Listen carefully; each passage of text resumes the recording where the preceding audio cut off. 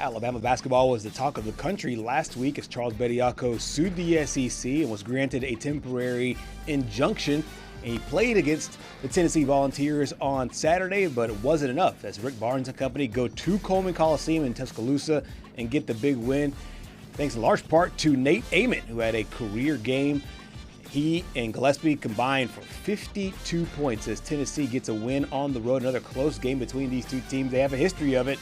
79-73, the final score. Welcome to Southeast Sports Plus. I'm Gerhard Mathangani, joined by Patrick Walsh. Patrick, I found it funny that once we finally got to basketball with this Alabama team and not talking everything Charles Bediako, it felt like Tennessee just handled this thing. They handled all the distractions. They just came in with a straight laser focused mindset and got a big win on the road. You know, I think the funny thing is the two teams that were had the most attention on them throughout this whole thing were Alabama and also Florida, with what Todd Golden had to say. Correct. And he said, "Oh, we'll just beat them anyways." Yeah, they both lost Saturday. Right. I mean, it's just crazy. And we talked last week about how there was growing momentum about the NCAA ending up voiding or vacating some of these wins if Alabama were to win games with Charles Bediako. And well, you don't really have to vacate this one because they lost regardless. Right. 79-73. Nate Amon, I think, was challenged by this whole situation. We had talked all year about how, you know, if you take away him, they really don't have any scoring outside of Gillespie. So just to see what he was able to do, and honestly, all of the Tennessee bigs, I think they honestly won them the game. Right. I think like you said, I think is a perfect word. They felt challenged going into it. Hey, they're going to come out and meet Charles Bediako head on. Bediako did make his presence felt. I mean, you saw it. I mean, he was all crashing the glass. He had 13 points in the loss. Of course, all the talk, if you did not catch it last week, the talk was the fact that he had played in the NBA G League, did not play in an NBA regular season game, which was a large part of the reason why he was granted eligibility to play immediately. That court case is tomorrow, and if nothing ends up happening and or gets filed in the back of the docket, we can see Bediako on the court for the rest of the season. But that's a sampling of what he was able to do. And I was actually, you know, I thought going into it he could be rusty, but he kind of proved everybody wrong, and he was really effective. But he still was in basketball shape, given the fact that he was just playing the G League. Yeah, and I honestly think one of the more impressive things that he actually showed in this game was his scoring ability. I mean, he wasn't really that big of a scorer for Alabama just a few years ago. I think it was kind of surprising that he made his presence felt right away with a dunk, a nice pass there from LeBaron Philon, who honestly he ended up with north of 20 points. Right. But he had a sluggish first half by his standards for sure. Both him and never mind. I was going to say Holloway, but Holloway is out. Yeah. So it was just it was a weird game, and in my opinion, it felt like Alabama tried to completely change their identity for no reason. I mean, they attempted the fewest three-pointers they had all season. Right. They let the bigs end up beating them in this game, and it just seemed like they tried to play in the paint. I don't know if it was just because Charles Bediako was there and they were just like, well, we got him back, we might as well get our money's worth out of this type of situation. But it's just so weird to see a team change their philosophy that has honestly been working. It's been working for Alabama all year. It was just so weird to see in this game. Absolutely. And in fact, I mean, this is a team that is, if they take 50 three-pointers, it is not that weird for this team. And you mentioned it, the 26 three-pointers attempted, they were 6 of 26. So they're frustratingly not able to knock those three-pointers down. But as it always seems to be with Alabama and Tennessee, it was another tight ball game. I read a stat that 10 of the last 12 games have been single-digit games. Here's another one, single-digit game, where Tennessee won that game there by 6. I do think Alabama is it's a weird squad because I feel like we have not seen this team completely healthy from player 1 to player 15. It just feels like popcorn injuries to all these guys. You mentioned Holloway not playing. Before, LeBaron Philon missed a couple of games. Aiden Sherrell's missed a couple of games as well. Allen started to miss a couple of games. Right. So I do feel like there is another gear for this team to hit when everybody is healthy. But you just hate to see the growing pains there because you don't know which is the real Alabama team. Yeah, and I mean, we talked with Roger Wallace in the last hour about how the Texas women's team is basically getting a week and a half off after the Arkansas game this past Sunday got postponed because of the weather. And I asked them about some injury concerns and how maybe they're starting to get healthy. I think Alabama would have liked a stretch like that right now where they could get healthy. And I mean, last week was their week that they didn't play a midweek game, and still Amari Allen and Aiden Holloway both missed the game. They definitely missed Holloway more than they missed Allen, in my opinion, in this game, because I think when you get Charles Bediako to play in the game, he can make up for the absence of Amari Allen. But when LeBaron is basically your only true scorer on the court without Holloway, it makes it so tough. And I think does. Yeah. I think that might have been why they ended up changing their whole philosophy. But still, it was just so weird to see. Right, and this is a team that likes to get up and down. I mean, I think in Ken Palm, as far as adjusted tempo, they're like third in the nation. They just seem to play a different offense. But to your point, LeBaron Fallon had those 26 points, 7 of 20 from the floor. The only other player that had played all season that had double figures was Latrell Wrightsell, who had 14 points in the game, but Sherrell with 6, Bull Bolden had 8, Houston Millette with 2, London Jemison with 2, Jalil Bethea, which I know he's not a huge scorer, he had 2 points, and then Noah Williamson had 0. So you're right, it was a team that just struggled to find their offense, but it kind of goes back to the game that they had a couple weeks ago where they missed 31 3-pointers, only lost that game by 6. If you're doing glass half full, it's like, hey, they lost to Tennessee by 6 points there in the game, and they only had one primary scorer. Right. It feels like that game can be another one of those, if you're an Alabama fan, like, hey, we're not playing well, but we're still in these games, especially the ones that are at home. Yeah, and I mean, they typically take around 30 to 40 3-pointers a game, and that works if you stick with it, because you're going to miss a lot of threes. That's just the nature of this team. But when you miss a lot of threes and only take 20, and that's your strong suit, and then you try to be a team that you aren't, that's when you're going to have some problems. But the interesting thing that you brought up was not only this game, not only that game a few weeks ago against I believe it was the Vanderbilt game that you were bringing up. Right. This game was also close. Yes. So it just goes to show that this team can win games. It's just, I will say this. It's better to lose these games now rather than in a few months from now, and maybe you end up on the other side of the equation. So you could use these games as learning experience for this team, but it's still it's a little bit interesting for this team, but at least they are keeping these games close. Absolutely. Alabama now 3-3 in SEC play. We mentioned Charles Bediako at the top of this segment because he was the talk of college basketball all last week. Head coach Nate Oates ended up going to Bediako, played him 25 minutes, and coach talked about his former star, now his current star, after the game on Saturday. Yeah, I thought it was good. I thought he meshed well with our guys early. Thought LeBaron found him on some lobs. You know, we got the dunk to start the, his first bucket. It was great. You got that little slip on the underneath out of bounds. For a guy that's only been here a few days to fit in with the team, he hadn't actually played with any of these guys, even though he'd been in our system before. I thought he was good. I mean, he almost led us in blue-collar points. And he's got to get a few more rebounds for us. He knows it. I mean, he was telling me that, in the first half when he came out. But guys all loved him. He's a great teammate. He's going to help us moving forward. We just got to get him to rebound the ball a little bit better, particularly on the defensive end. So this is the Alabama team now kind of searching for answers. Did you consider this an embarrassing loss for this team that had a lot of talk in them, and as you mentioned, did not play up to their standard? I feel like you have to say it was. Yeah. Because all the noise was on you because of this whole situation. Correct. And the fact that you filed the lawsuit in the Tuscaloosa court and you get the temporary restraining order, we'll hear more about the whole situation tomorrow. It's got to be an embarrassment that you lost with a guy that just played in the G League last week. Now, if this was a guard averaging like 25 points per game, like I know Bronny James is lighting up the G League right now. Right. Maybe that's a little bit of a different story. But, I mean, at the same time, he's not really a big-time scorer, as we've mentioned. And he on the glass but as Nate Oates just mentioned, he didn't really provide that much on the defensive side, but it just has to be an embarrassment. And those Tennessee fans teed off after the game, teed off so bad. And I won't even just say that it was the fans. The social media team teed This off is too, hilarious. just mentioning his Charles Bediako's G League team, saying you're next. I mean, goodness. This is hilarious, by the way. So the Tennessee social media crew, they were hard at work trolling Alabama, and I think it's all in good fun, in my opinion. Yeah. I think it's hilarious how they go after each other, kind of head to head in this one for Alabama. I did find it interesting though that the judge, they did some digging, obviously, whenever stories like this happen.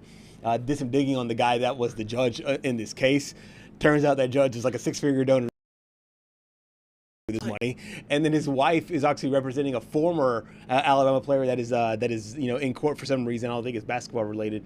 I found when people started digging out about this whole situation, the judges got involved, the social media team gets involved, and it's the part of the good nature of basketball. Why are we surprised that this is happening? Like, obviously, he's going to side with Charles Bediako here. Yes. Obviously, the guy in Oxford's going to side with Trinidad Chambliss because he graduated from the Ole Miss Law School. Right. I mean, you can't hate on these teams for finding loopholes in the system. Like, why would you ever? Who would ever file a lawsuit up in Indianapolis? Like no one would ever do that. That's why West Virginia, when they were trying to find loopholes in the system to get, I believe it was Raekwon Battle, some eligibility in the middle of the season. I'm pretty sure they filed it in West Virginia. Like there are loopholes in the system. I don't understand. It's like the whole tampering thing, which we'll talk more about the whole Dabo Sweeney thing tomorrow. With Pete Golden. We just don't have enough time to get into that because I could get into that. Right. That whole was situation. yeah. I mean, that was just unreal. It's just like if you aren't, isn't there a saying where it's like if you aren't trying to cheat, you're not trying enough? It's an old NASCAR thing. You ain't cheating, you ain't trying. Yeah, exactly. Like what are we doing? Yeah. Like just find your own loophole. See if someone else can come back. I mean, at this point, Tennessee also needs Jemai Meshack to come back. At this point, to save the season. I know. So a lot of people poking fun at the Charles Bediako situation. However, for Tennessee, they end up getting the win, big win for Coach Rick Barnes and company. We talked with our friends over in Knoxville with the Sam Squares, Sam Rothman, Sam Granville, as well as KCK, and they said that this is a team that Rick Barnes kind of says it the way that it is, and he has talked about the inconsistencies with this team. I do feel like for this team, this is the kind of game that can spur in a nice run for them. But you mentioned it. It seems like they're top heavy, but when Nate Ament has a good day, it really puts them in a good situation to be able to collect wins. Yeah, and I think we on this show have kind of been like all year. Is Nate Ament really a lottery pick like some people are projecting him to be? And I think this game, at least in my opinion, opened my eyes to he can be a lottery pick. I mean, he just scored 29 points on the road. True freshman, by the way, on the road against an Alabama team that, they dominate teams at home. Yeah. And he went 10 of 12 from the field, grabbed 7 rebounds. I think this can be the game. And it seems like Rick Barnes puts his guys, especially Ament, he's been kind of mixing him up in different positions. He played him at the 4 a couple times. He played him at the 3, I think, a few times in the Alabama game. But I think this is what he needs to see out of his guys, and especially Nate Ament. And when you have Ament and Gillespie, and again, I'm saying the word "if" a lot, but that's just how college is. Yeah. If Ament and Gillespie can do this moving forward, Tennessee is going to be one of those teams that you just cannot, think about the next game. You gotta put all of your effort in against this Tennessee team, because if they're on, they're basically unbeatable. Yeah, and they just have to be able to string it together. I talked about their inconsistencies.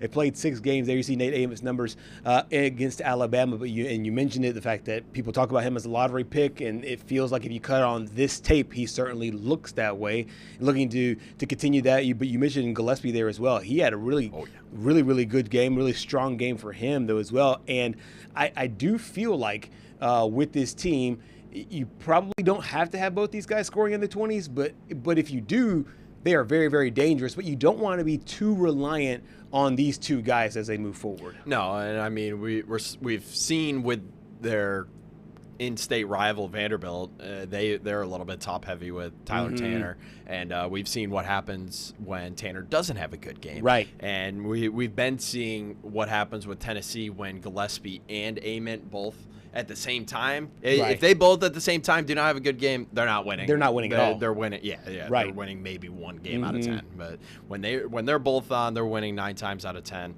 But Gillespie, we've seen him be able to do this at Maryland last year. You just wondered, hey, is it going to translate into the SEC? Right. We talked last week with Sam Granville about how Tennessee in the offseason, they tried so hard to go after that point guard that ended up going over to USC. They didn't get him, and so they were kind of left stranded on a secondary scorer. But if Ament can be that secondary scorer, Gillespie, it opens up a lot for Gillespie, as we saw. Absolutely. Final thing before we get to this Rick Barnes sound after the game. This is a team that's now 3-3 in the SEC. Started off with a loss against Arkansas, then beat Texas, then lost to Florida, then beat Texas A&M, then lost to Kentucky, then beat Alabama. They haven't had a 2-game winning streak or a 2-game losing streak since SEC play started. Is this the kind of game where you see Rick Barnes and company being off to get off to a nice run? You know, I don't want to compare this to the Texas team, but the run kind of sounds the same. I mean, you've got talent there. Texas has talent too. Like Jordan Pope's a great basketball player over there, and then Dalen Swain, he's had some career games this year. So I want to say yes, because if history has taught us anything, it's that Rick Barnes can get his teams playing when get his teams hot when they need to be. Right. And I think starting now is when you need to. Starting now, I think you said this last week, where this weekend could really separate some of those teams from the middle of the pack. And I think now is when these teams need to start going on these runs in order to, have some eyes on them come March, come April even. Absolutely. They handed Texas A&M their only loss in the SEC, so the ceiling seems to be high for this group. And Coach Rick Barnes, after the game, talked about mental toughness. I think the biggest thing is young guys don't realize how hard it is to win. And if you go into a game in this league, you have to go in expecting it to be a dogfight right to the very end. And if you're not ready to play, there's teams, any team in this league can embarrass you. And there's got to be a mindset that you're going to have to work the game and stay on top of it.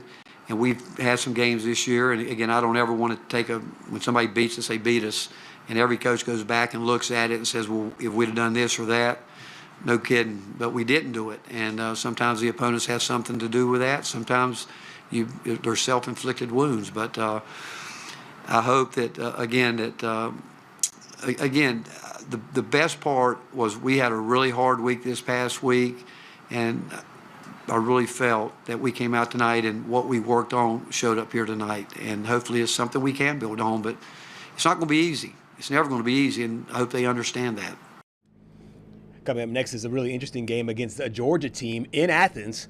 A Georgia team that is leading the SEC in scoring, but they are angry coming off that loss this past weekend. Yeah, and it just was so – I mean, you want to talk about a crazy weekend. I don't think anybody saw this game against Texas coming. Right. I mean, they had the lead at halftime, but I wanted to chime in and say to Roger, what I've been preaching all year, literally all year. That place just makes no sense in the Moody Center. Like, it's so weird because, it's like a doom center. I don't even know what to call it. Because, I mean, how do you just get outscored 57-30 in the second half? Yeah. To 30. Yeah, it's wild. just crazy. That is wild. Yes, I mean, you've been saying it all year that the Moody Center is haunted, and it's looking that way so far for the teams that walk into that building, and Texas has had their number. That should be a really entertaining game coming up tomorrow between Tennessee and Georgia. I'm really interested in that one. Yeah, I mean, that one is going to we've got some good games tonight. I believe Louisville plays Duke. That's going to be a good one. And then you said BYU plays and Arizona, which should be phenomenal. So we've got such a good week of basketball ahead of us. There are so many great matchups. But going back to the whole Moody Center thing, didn't UConn fans get what was it, the Etsy psychic? To do a psychic reading ahead of their game against, who was it? I forgot who was. Who plays? Oh, it was Seton Hall. I think it's the Seton Hall. Yeah. Seton Hall game. So, maybe some team needs to get a psychic reading on the Moody Center to get some of that wizardry out of there. It can't hurt. It's got some magical powers as of right now, a la Nick Saban's. I was talking about how Jordan Harris is haunted. The Moody Center has that same mystique about it right now.